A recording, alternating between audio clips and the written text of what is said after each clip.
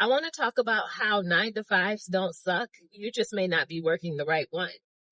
Welcome to the Car Chronicles because today is day one of my new job. I am commuting for the next month, maybe two. So I have an hour and a half drive each way. And well, we have pivoted from the bedroom chats to the car chats. So thank you guys for joining me. If you're new here, you're probably like, girl, what are you talking about?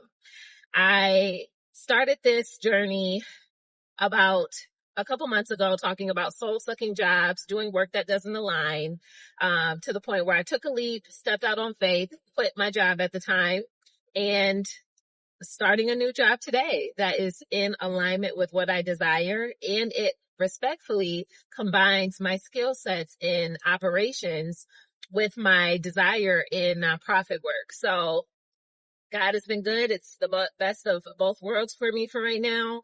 And that leads me to my point that not all 9 to 5 suck, but sometimes you just aren't working the right 9 to 5. You're working a job that the mission actually doesn't align with you. You don't enjoy the container in which the job is set up. You don't like the fact that it doesn't allow for work-life balance. You can't even leave work a couple hours earlier to go hang out with your kids. You don't have unlimited PTO. You actually have the lowest amount, which is ridiculous because nobody should have 9 days of PTO for 365 days in a year. You actually are drained, you're tired, you're burnt out, and to the point where you're starting to feel a little resentful. But you know you have to make money because ain't no fairy coming from the sky to pay these bills. These bills are on you. And I get it. I get the frustration. I was there very recent with this temporary contract role that I had accepted. And I've been there before in the past, well over 20 years of working. I have definitely had jobs that felt like that, which showed me and pushed me into the direction that I am now with picking and choosing jobs that actually feel the complete opposite. They feel fulfilling. The mission is a mission that I'm excited about and it does align with me. I get paid well to do what I'm doing and my skills are useful. I don't feel like I'm just checking off a box. I feel like I'm actually contributing and being able to see the results of my contribution. I wanted things that align with who I am and what I need and the fulfillment that I desire out of a job that I'm giving 40 hours a week to. We talked recently about energy budgets and how you'll start the week with 100% of your energy, but your job takes up at least 40% of that, if not 50%, because of the amount of hours that you're dedicating to it, the work that you have to do, the conversations and the people that you're interacting with on a daily basis. Maybe you're someone managing accounts like I used to do, training teams, developing teams, hosting workshops, building out SOPs.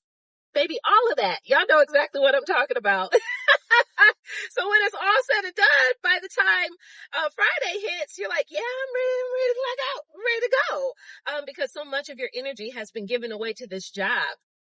Now, your energy doubles when you not only have to work those 30, 35, 40, 45 hours a week at a job that's in a container that you don't enjoy. It doubles because of the fact that you feel like this role in this job is taking so much from you. It's taking more than what it's giving, and something's not balancing out. Something's not making sense. The level of micromanagement in your you know, I can't talk, in your job or that you're experiencing with this job, the level of feeling like, someone's always kind of hawk-eyeing over you or whatnot, it gets to a point where it's like, this isn't really worth it. But here's the thing. All 9 to 5s don't suck. It's just the one that you're working that is no longer fulfilling. It's no longer the job that you want. It's not ending the way that it started. And respectfully, sometimes it's run its course, but we have to make a choice.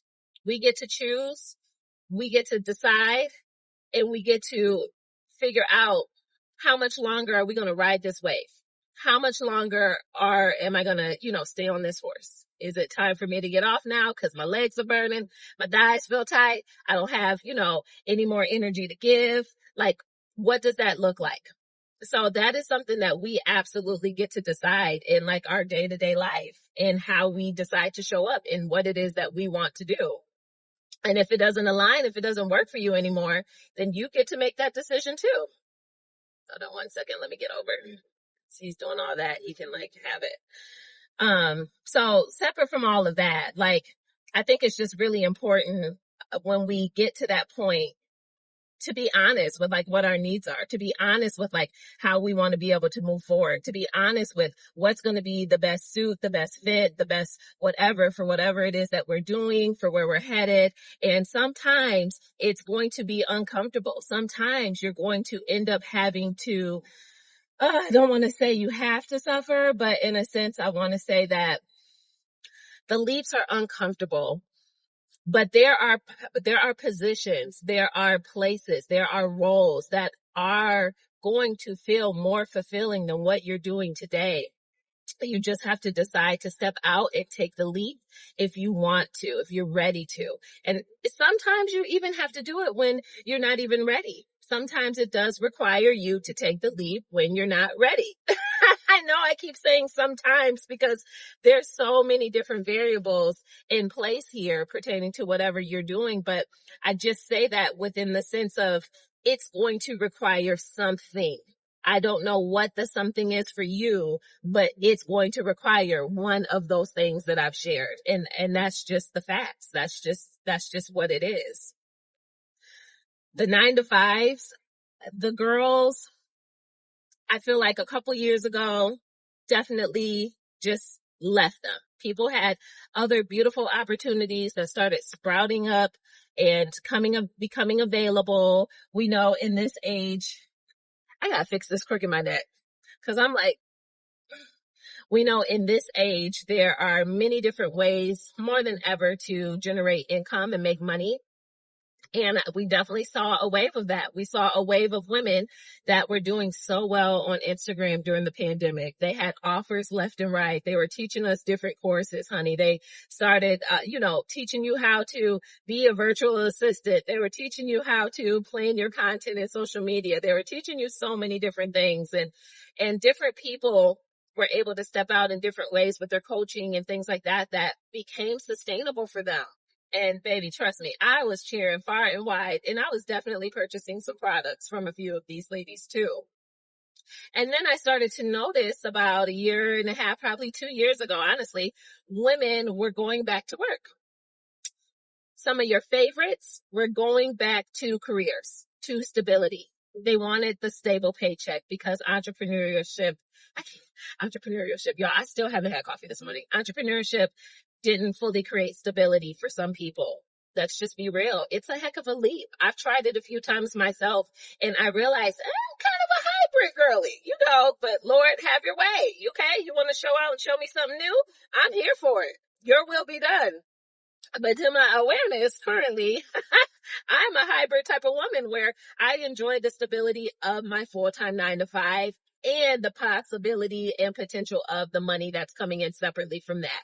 And I like to combine the two and then continue to elevate and wiggle and work on my elevated exit plan.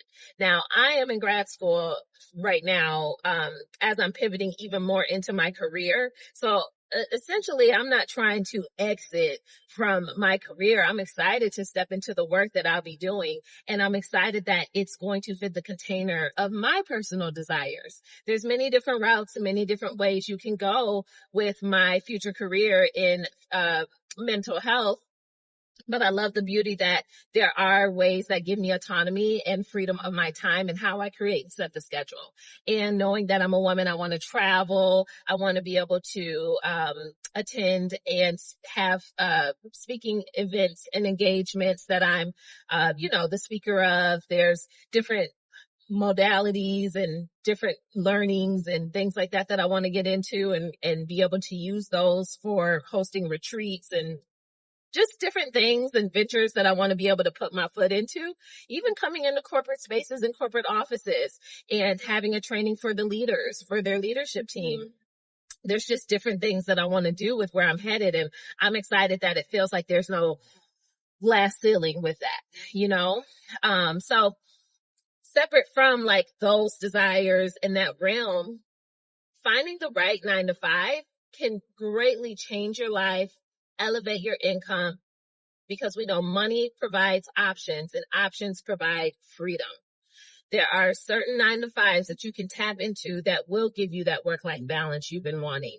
It will allow you to maybe work 9 to 3 or 9 to 4 and clock out just in time to go catch your nephew's basketball game. Like, it will allow you to be able to randomly book your hair appointment on a Thursday at 1 o'clock because you don't have any meetings for 2 to 3 hours during that time. There are certain 9 to 5s that allow you to be connected in the community and to be, an influential person of impact and be able to directly see change in the city that you're living in. There's certain jobs that allow you to expand your network and your connections in a way that you probably wouldn't have been able to do on your own, solo on the entrepreneurial journey.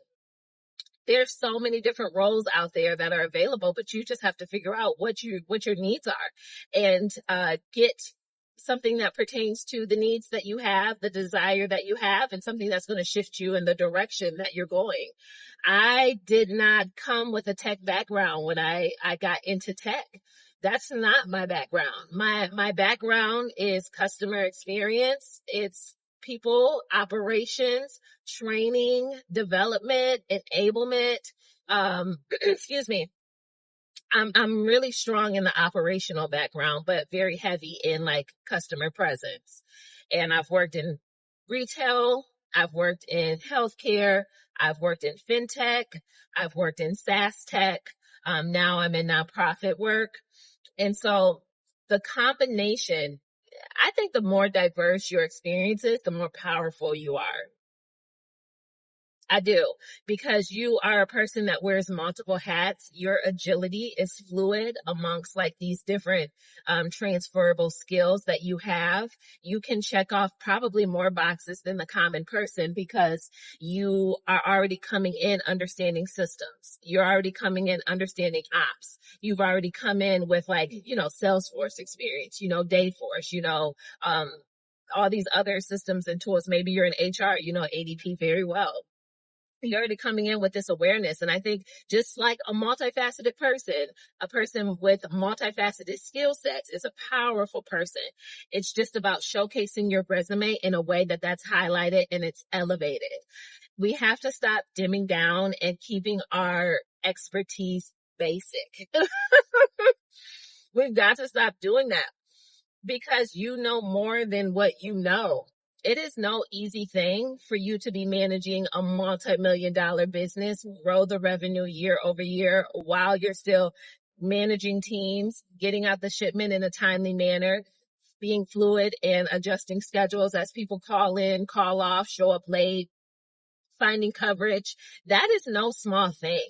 And you need to realize the magnitude of the work that you're doing. It's no small thing to manage accounts with a $500,000 reoccurring revenue on a monthly basis. You add that 500,000 times 12 and then look at how much you actually manage pertaining to business in a 1-year span. That's not a small thing. To be able to schedule these meetings and make sure people are showing up to the meetings bi-weekly to go over the business needs, to be able to sign them on again to renew their accounts, to be able to increase the numbers of seats, licensures, revenue, whatever their KPIs. That's not a small thing. And when you take into account the level of your contribution with these companies, that should reflect not only on your resume, but you need to understand the value of the skills that you offer and that you bring to the table with like those positions. So, hey, it's not that 9 to 5 jobs suck. The one that you may be working may be sucking because it's not reflecting in pay.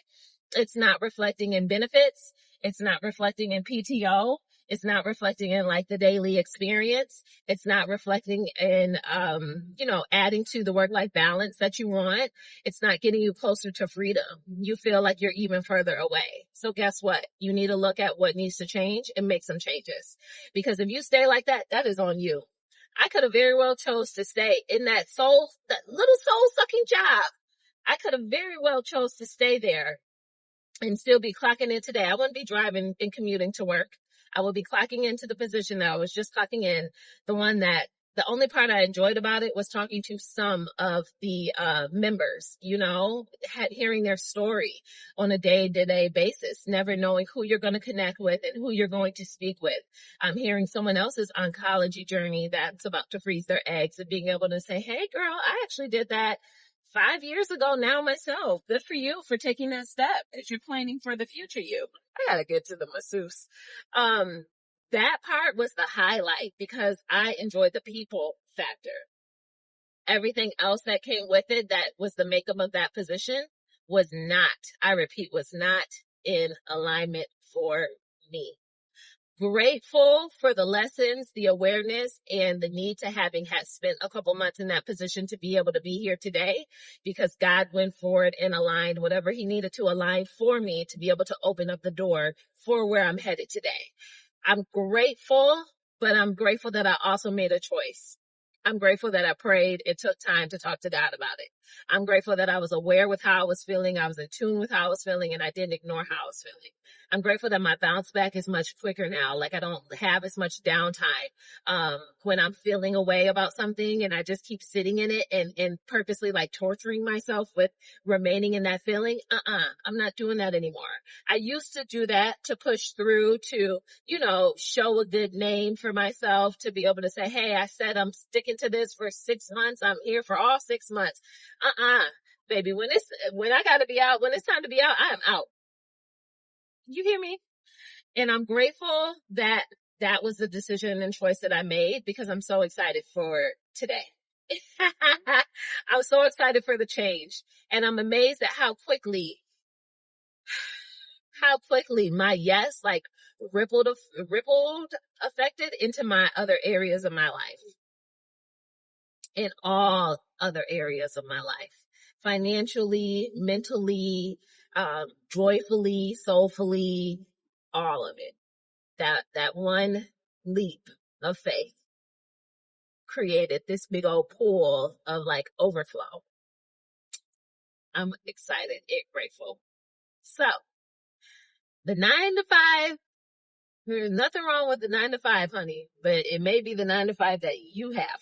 And you have to do some assessing to see what needs to change. If you are new here, what a video to find me.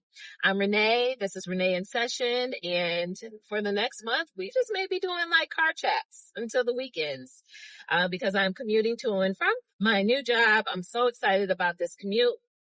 But this is a space where we have daily conversations every single day to design the life that you ultimately desire to live on purpose. It's an exciting time. It's an exciting space. If you haven't already, like, comment, subscribe. Let me know your thoughts on the 9 to 5 for yourself. What type of 9 to 5 are you currently working? What field are you in? And is it still working for you? Or is it time to make a change and a shift? Let me know in the comments, because I'm curious. And until the next video, friends, I'll talk to you soon. Peace out.